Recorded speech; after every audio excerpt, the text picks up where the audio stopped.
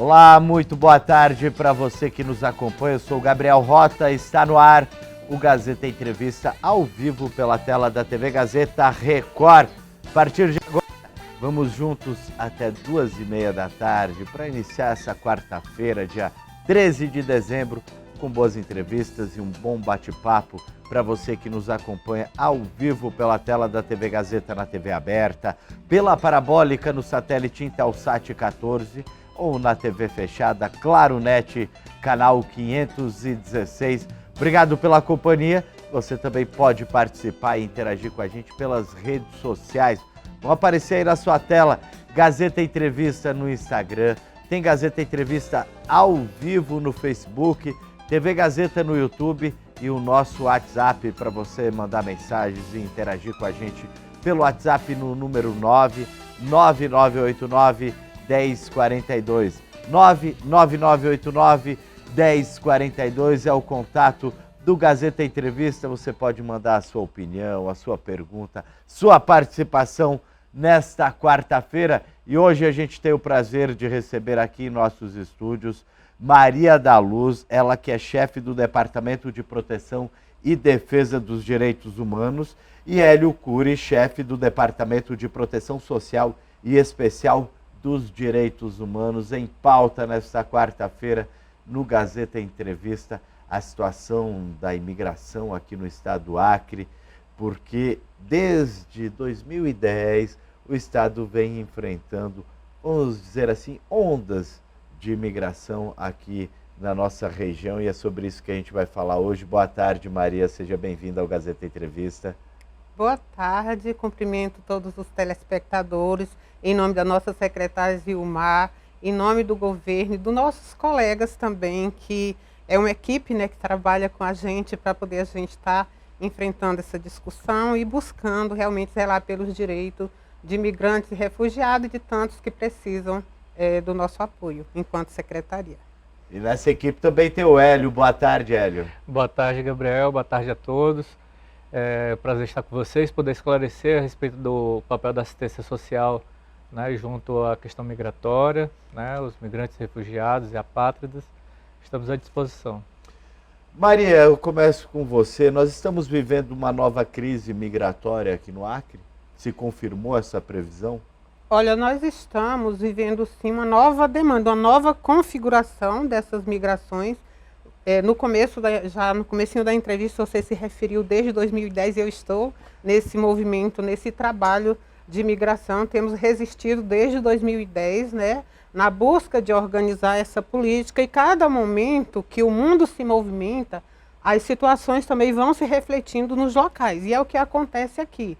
Diante de uma situação, né, de migração, principalmente hoje do público venezuelano, falando do movimento de entrada, que são dois, né, o que passa por aqui para sair, as pessoas que estão entrando.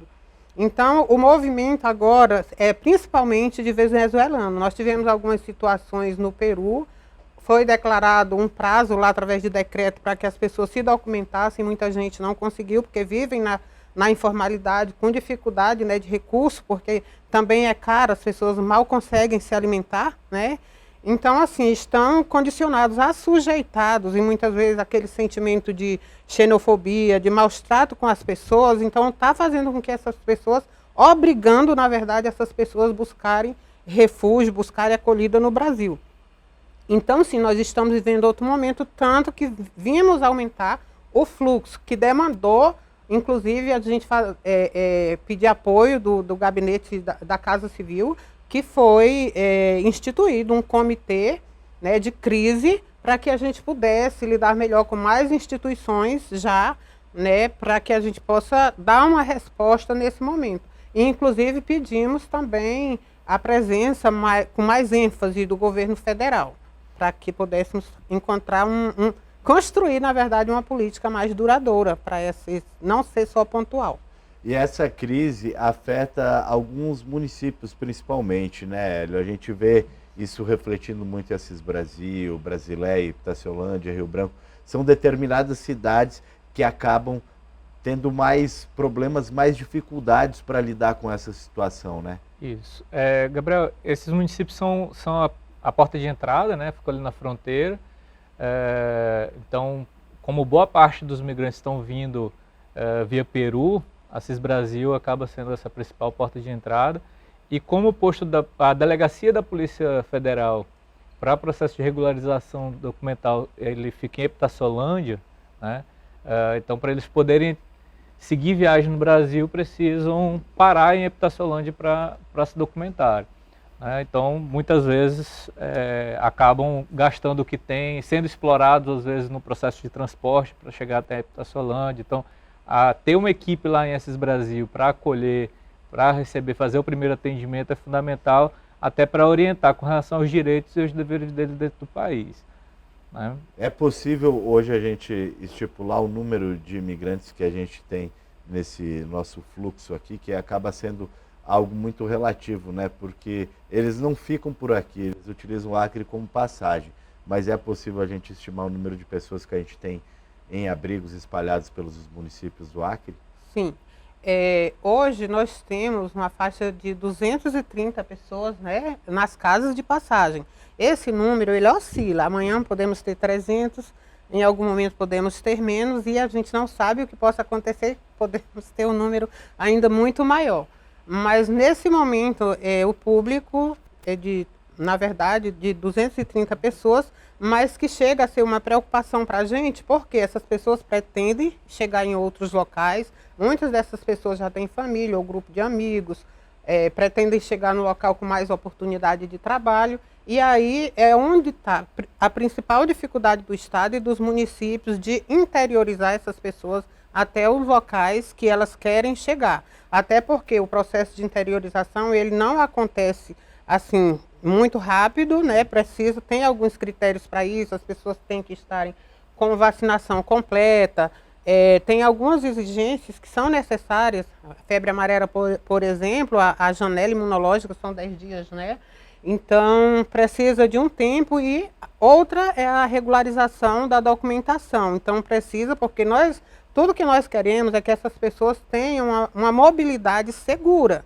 Porque se as pessoas elas saem aqui de qualquer jeito, simplesmente indo para outro lugar, fica muito fácil, né? A partir de não falar o idioma português, né? Tem outras dificuldades, não terem trabalho, ficam vulneráveis a pessoas que podem explorar. Então, o nosso cuidado é que essas pessoas possam fazer essa migração segura, que seja para um trabalho, que seja para a família, que seja para grupo de amigos ou até mesmo de uma instituição para outra, porque são essas 4 modalidades de interiorização que é possível ser feita a partir do nosso apoio, né? Então, e que ainda estamos tentando organizar, porque demanda recurso, né? Nós, inclusive, ultimamente, com a ajuda da assistência social e dos próprios municípios, fizemos uma relação de pessoas que estão por aqui, já mandamos para o Ministério da Justiça esperando que a gente venha, de fato, receber o apoio, até porque outras pessoas irão chegar e há o risco, inclusive, de nós termos grande número de população em situação de rua por falta de acolhimento nas casas. E as distâncias a gente sabe, daqui para o Rio Grande do Sul, daqui para São Paulo, daqui para Santa Catarina, se for de avião, imagina o preço, né? Hoje em dia. A gente até mostrou ontem uma reportagem aqui, nossa equipe esteve em Assis Brasil, e essa questão da falta de apoio, Maria, é algo que os prefeitos estão reclamando muito, da falta de apoio do governo federal para manter esses abrigos, para conseguir manter essa assistência que o próprio Estado está fornecendo. E quando eu me refiro ao Estado, é governo estadual, são as prefeituras também, está fornecendo esse apoio, essa assistência a essas famílias, a essas pessoas que chegam no nosso país. Só que parece que o governo federal não está fazendo a sua parte, é isso mesmo? Olha, a partir do diálogo que temos feito, já melhorou o diálogo, né? O apoio ele está começando a se efetivar, mas também precisa haver uma provocação, uma demonstração dos municípios, né, documentado, porque as pessoas apenas falarem, não vai, né, eles vieram aqui, verificaram tudo, mas é preciso também documentar, é preciso elaborar tecnicamente as nossas necessidades, porque quando se demanda recurso, as pessoas também precisam justificar, os governos precisam justificar. Quando o Estado cofinancia, o Hélio pode falar muito melhor disso, dos cofinanciamentos, das portarias que que a partir, inclusive, desses novos diálogos que nós estabelecemos, algumas coisas já tem uma tendência de melhora nesses apoios. E aí, isso o Hélio pode explicar melhor, porque faz parte, inclusive, da assistência social, esses apoios nos planos de aplicação, na elaboração de planos para captar o recurso, para ajudar os municípios. E alguns já estão na iminência, né, de receberem, né, esse apoio e essa ajuda. E aí vão precisar fazer a aplicação, né, a prestação de conta, logicamente, mas isso está andando, né? E Hélio, como é que está então essa articulação entre Então, municípios, Estado, governo federal? Porque isso é uma reclamação constante. Ao longo dos últimos 3 anos, em especial, né, tem tido uma evolução tanto da capacidade técnica dos municípios quanto do diálogo com o governo federal. Né? A gente considera que esse ano teve assim, uma abertura muito maior com relação ao diálogo, né, com o governo federal, apoio técnico. Nós passamos a ser, inclusive, procurados pelo governo federal no sentido de prestar apoio. Porém, do ponto de vista da transferência de recursos, ainda hoje o grito está maior por parte dos municípios, porque a gente já vinha sinalizando, né, que em novembro as coisas poderiam estourar. Ainda bem que boa parte dos migrantes que estavam em situação irregular no Peru acabaram indo para o Equador e não para o estado do Acre, como a gente esperava, mas houve um acréscimo e o município de Epitaciolândia, em especial, está sofrendo bastante com isso e ainda não caiu na conta deles o recurso, né, federal, que há um mês já vem ali na expectativa de cair. O governo do estado do Acre também tem feito apoio por meio de cofinanciamento, né, com recurso próprio e com algumas incursões, capacitações, né, estando presente junto aos municípios para melhorar o atendimento. Inclusive, esse mês ainda, antes de fechar o ano, caiu uma nova parcela do cofinanciamento estadual que foi priorizado os municípios desse corredor. Não só por conta da questão migratória, mas porque quando você aumenta a população, né, de forma abrupta, todo o sistema sente, né? Então a gente tem que priorizar, e os municípios têm feito isso, né, junto com o governo do estado, de priorizar o migrante e priorizar a população local, né? Você ter uma crise, você não pode esquecer os outros, isso não está acontecendo. A gente está buscando cobrir isso. Isso é importante frisar, porque às vezes as pessoas acham que o migrante está tendo atenção em detrimento da população local, e não é. Né? A gente está buscando ampliar os serviços, qualificar os serviços para que todos tenham acesso aos seus direitos. E muitas vezes o migrante serve até de alerta, tal serviço não vinha funcionando de forma adequada, né? E agora nós estamos procurando qualificar toda essa rede.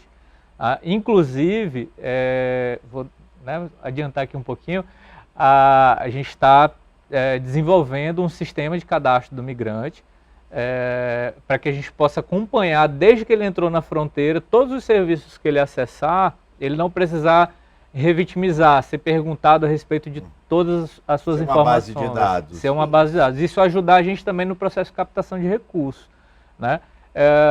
Essa questão da interiorização, né? Muita gente questiona, mas vai dar passagem para o migrante? Também queria passagem para ir para outro lugar. Só que a gente tem que pensar o seguinte, esse migrante que está chegando aqui, em especial nesse momento, são pessoas que estão sofrendo de extrema violência no Peru, né? Ou pela população local ou pela polícia. Muitas vezes já vieram, né, de uma situação, de uma crise política e econômica na Venezuela, passaram alguns pela Colômbia, passaram pelo Peru, muitos estavam tentando ali se restabelecer, e às vezes por conta da violência provocada por algum grupo, todos acabam pagando, né? Uhum. E a sua maioria que são acolhidos nos serviços, nesses serviços que os municípios estão implantando, são famílias, né? São famílias, muitas vezes algumas pessoas doentes, né? Idosos, né? São crianças. Então a gente precisa priorizar que essas pessoas cheguem num local em que elas se sintam seguras e acolhidas, né? Então, se a gente consegue deslocá-las para locais onde elas tenham proposta de emprego, onde elas tenham amigos, que tenham família, né, que possam estabelecer essa rede, isso tira a sobrecarga também sobre os municípios acreanos em manter um serviço de acolhimento ou ter que fazer o processo de inserção nelas na comunidade, que também acontece, tá? O Hélio, um novo município tem entrado nessa rota de imigração. A gente recebeu as informações a respeito da Vila Campinas, em Plácido de Castro, né? O que está acontecendo especificamente nessa localidade? Então, pela falta do recurso para poder seguir viagem, eles costumam fazer o que eles já vinham fazendo dentro do Peru, seguem andando, né? Então, nesse processo de peregrinação, onde tiver algum suporte, eles vão parar, ficar um tempo, buscar arrecadar recursos de alguma forma, ou por meio de doação, ou desenvolvendo algum trabalho, e para procurar seguir, né? Então, você acaba fazendo uma peregrinação ao longo da rodovia. Isso, né? Então, assim, não tem tido visibilidade esses Capixaba, Senador Guiomar e Chapuri, mas a gente já sabe de algumas informações que alguns migrantes têm pedido apoio nesses municípios, né? Normalmente eles ficam onde tem alguma estrutura para acolher, então se eles encontram ali pessoas que são acolhedoras com elas acabam indicando, ó, aqui a gente recebeu alguma ajuda. E a gente está constantemente buscando melhorar essa rota, né, para que eles fiquem menos vulneráveis nesse sentido de ficar na rua, né, de depender da ajuda de pessoas físicas, né, de populares. Até porque, para evitar a exploração do trabalho escravo também, que pode acabar acontecendo, né, subemprego, né, às vezes as pessoas tiram proveito do fato daquela pessoa estar em situação de vulnerabilidade para pagar pouco, né, então explorar mesmo. E que isso acontece com todos nós, né, a nossa população em situação de rua hoje, Gabriel, que boa parte são pessoas que fazem uso abusivo de substâncias tóxicas, são pessoas que trabalharam durante muito tempo em fazendas, em alguns espaços, e quando não serviram mais, né, foram colocados na cidade, na rua. Não falando que o trabalho, né, de fazenda seja predominantemente que faça isso, mas a gente tem bastante casos. Então a gente quer proteger as pessoas, para que elas, estando no território nacional, né, estando no Brasil, elas possam acessar os seus direitos. Gazeta Entrevista agora vai para um rápido intervalo. Eu quero convidar você aí de casa para participar, para mandar sua pergunta, sua dúvida para os nossos entrevistados no WhatsApp que está aparecendo aí na sua tela, 99989-1042. Anotou aí? 99989-1042. Vou para um rápido intervalo e daqui a pouco a gente volta com os nossos convidados para continuar falando sobre essa situação migratória aqui no estado do Acre. Depois do intervalo, o Gazeta Entrevista volta já.